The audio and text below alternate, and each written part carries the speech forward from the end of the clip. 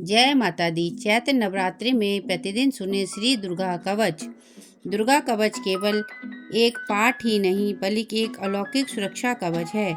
ये शक्ति, विजय, भक्ति और आत्मविश्वास प्रदान करता है। नवरात्रि के दिनों में इसका पाठ विशेष फलदायी होता है और माँ दुर्गा की कृपा भी शीघ्र प्राप्त होती है। जो साधक नियमित रूप से श्रद्धा और भक्ति के साथ नियमित श्री दुर्गा कवच का पाठ पढ़ते हैं अथवा उन्हें सुनते हैं, उनके जीवन में कोई संकट टिक नहीं पाता और वे हर क्षेत्र में उन्नति करते हैं। अगर किसी व्यक्ति की कुंडली में शनि, राहु या केतु या अन्य ग्रहों का अशुभ प्रभाव हो तो दुर्गा कवच का नियमित पाठ करने से इन सभी दोषों का निवारण हो सकता है। यह विशेष रूप से मंगल दोष और काल सर्प योग को शांत करने के लिए भी प्रभावी माना जाता है। अगर कोई अपने परिवार और घर की सुरक्षा चाहता है तो उसे प्रतिदिन श्री दुर्गा कवच का पाठ करना चाहिए। ये न केवल घर की नकारात्मक ऊर्जा को समाप्त करता है बल्कि परिवार में प्रेम, समृद्धि और सुख शांति भी बनाए रखता है। आइए पूर्ण श्रद्धा और विश्वास के साथ श्री दुर्गा कवच का पाठ प्रारंभ करें और माँ की कृपा प्राप्त करें। सभी मिलकर प्रेम से बोलिए, शेरों वाली माता की जय। इस पाठ से शरीर के सभी अंगों की रक्षा होती है। ये पाठ महामारी से बचाव की शक्ति देता है। ये पाठ संपूर्ण आरोग्य का शुभ वरदान देता है और ये कवच पाठ अत्यंत गोपनीय पाठ है, इसीलिए इसे पूरी पवित्रता से किया जाना चाहिए।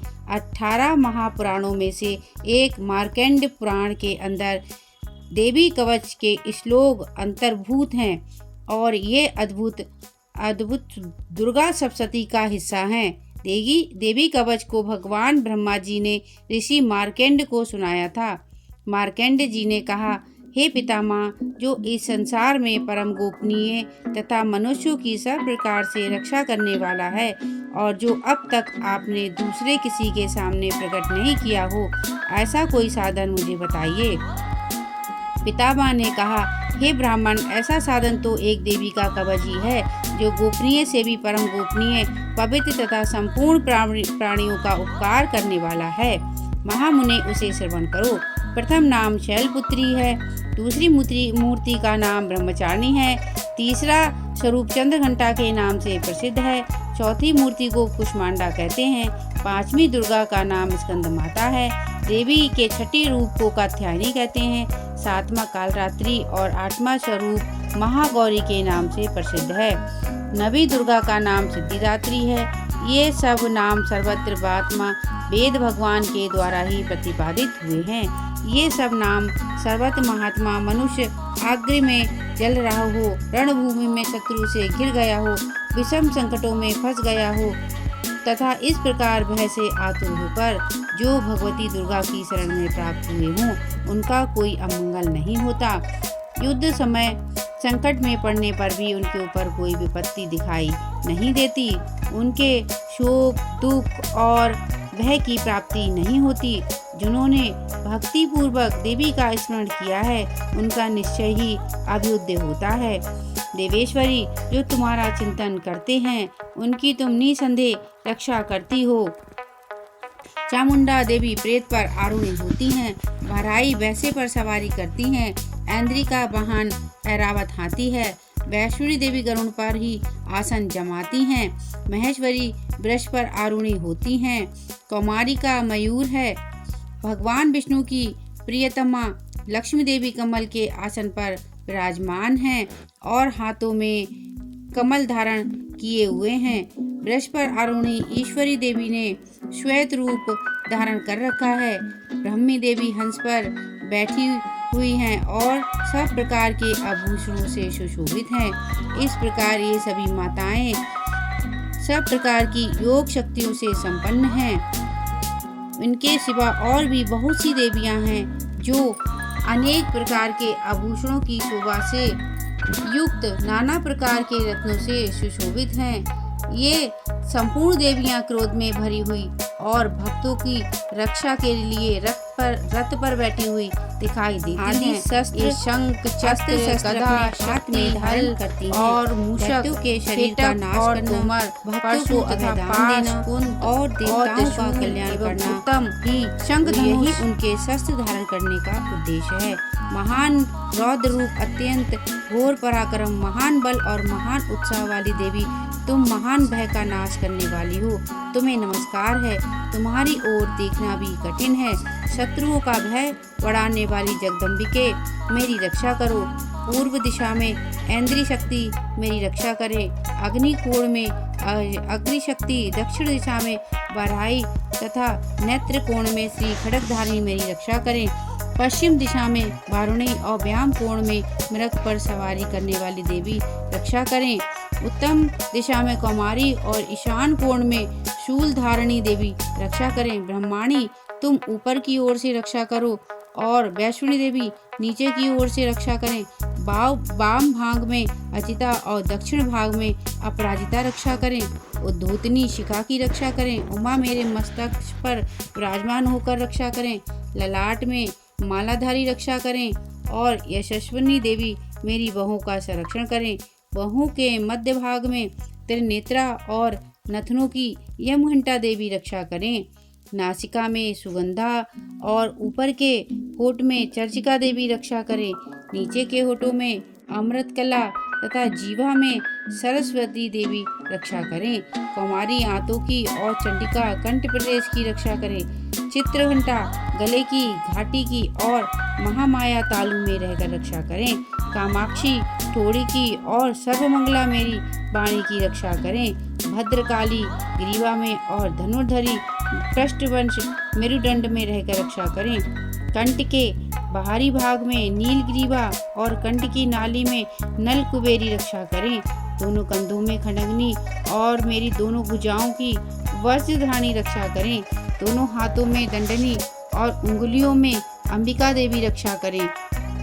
शूलेश्वरी नखों की रक्षा करें। कुलेश्वरी कुची पेट में रहकर रक्षा करें। महादेवी दोनों स्तनों की और शोक विनाशिनी देवी मन की रक्षा करें। ललिता देवी हृदय में और शूल धारणी उदर में रहकर रक्षा करें। नाभि में कामनी और गुहा भाग की गुहेश्वरी रक्षा करें। पूतना और कामिका लिंग की और महिवासिनी गुदा की रक्षा करें। भगवती कटी भाग में और विंध्यवासिनी घुटनों की रक्षा करें। संपूर्ण कामनाओं को देने वाली नरसिंह दोनों महाबला देवी दोनों तेजस्वी देवी रक्षा करें। चरणों के पृष्ठभाग की रक्षा करें। श्री देवी पैरों की उंगलियों में और तलवासिनी पैरों के तलुओं में रहकर रक्षा करें। अपनी दाढ़ों के कारण भयंकर दिखाई देने वाली दृष्ट कराला देवी नखों की और उधर केशनी देवी केशों की रक्षा करें। रोमा बालियों के छिद्रों में कौमारी और त्वचा की बागेश्वरी देवी रक्षा करें। पार्वती देवी रक्त, मज्जा, वसा, मांस, हड्डी और मेद की रक्षा करें। आंतों की कालरात्रि और पित्त की भुक्तेश्वरी रक्षा करें। मूलाधार आदि कमल कोशों में पद्मावती देवी और कप में चूड़ामणि देवी स्थित होकर रक्षा करें। नख के तेज की ज्वालामुखी रक्षा करें, जिसका किसी भी अस्त्र से भेदन नहीं हो सकता। वह अभेदा देवी शरीर के समस्त संधियों में रहकर रक्षा करें। ब्रह्माणी आप मेरे वीर्य की रक्षा करें। छतेश्वरी छाया की तथा धर्मधारिणी देवी मेरे अहंकार, मन और बुद्धि की रक्षा करें। हाथ में वज्र धारण करने वाली वज्रहस्ता देवी मेरे प्राण, अपान, व्यान, उदान और समान वायु की रक्षा करें। कल्याण से शोभित होने वाली भगवती कल्याण शोभना मेरे प्राणों की रक्षा करें। रस, रूप, गंध, शब्द और स्पर्श इन विषयों का अनुभव करते समय योगिनी देवी रक्षा करें तथा तत्वगुण, रजोगुण और तमोगुण की रक्षा सदा नारायणी देवी करें। बाराही आयु की रक्षा करें। वैष्णवी धर्म की रक्षा करें और तथा चक्रनी चक्र धारण करने वाली देवी यश, कीर्ति, लक्ष्मी, धन तथा विद्या की रक्षा करें। इंद्राणी आप मेरे गोत्र की रक्षा करें। चंडिके तुम मेरे पशुओं की रक्षा करो। महालक्ष्मी पुत्रों की रक्षा करें और भैरवी पत्नी की रक्षा करें। मेरे पथ की सुपिता तथा मार्ग की क्षेम करी रक्षा करें। राजा के दरबार में महालक्ष्मी रक्षा करें तथा सब ओर व्याप्त रहने वाली विजया देवी संपूर्ण भयों से मेरी रक्षा करें। देवी, जो स्थान कवच में नहीं कहा गया है रक्षा से रहित है, वह सब तुम्हारे द्वारा सुरक्षित हो, क्योंकि तुम विजयशालिनी और पाप नाशिनी हो। यदि अपने शरीर का भला चाहे तो मनुष्य बिना कवच के कहीं एक पग भी न जाए। कवच का पाठ करके ही यात्रा करे। कवच के द्वारा सब ओर से सुरक्षित मनुष्य जहाँ जहाँ भी जाता है वहाँ वहाँ उसे धन लाभ होता है तथा संपूर्ण कामनाओं की सिद्धि करने वाली विजय की प्राप्ति होती है। वह जिस जिस अविष्ट वस्तु का चिंतन करता है उसको निश्चय ही प्राप्त कर लेता है। वह पुरुष इस पृथ्वी पर तुलना रहित महान ऐश्वर्य का भागी होता है।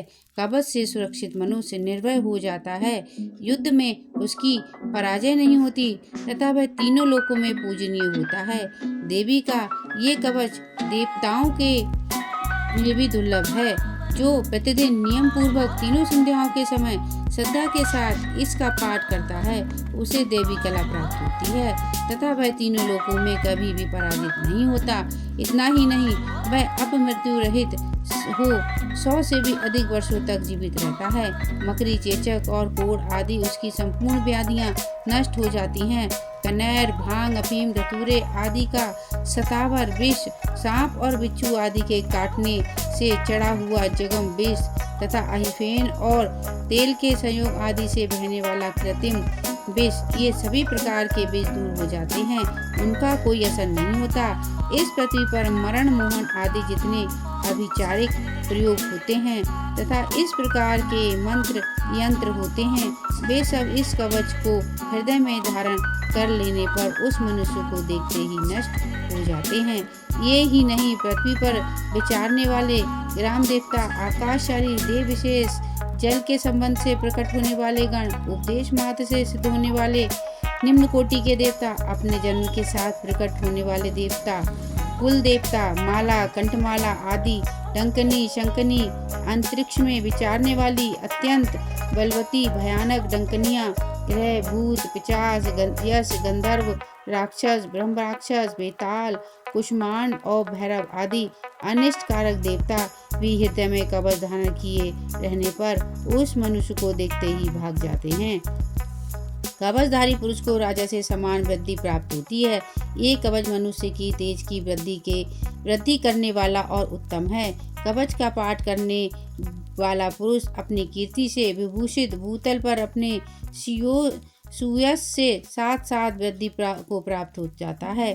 जो पहले कवच का पाठ करके उसके बाद सप्तशती चंडी का पाठ करता है, उसकी जब तक वन, पर्वत और कानों सहित ये पृथ्वी टिकी रहती है तब तक यहाँ पुत्र पौत्र आदि संतान परंपरा बनी रहती है। देह का अंत होने पर वह पुरुष भगवती की महामाया के प्रसाद से नित्य परम पद को प्राप्त होता है, जो देवताओं के लिए भी दुर्लभ है। वह सुंदर दिव्य रूप धारण करता है।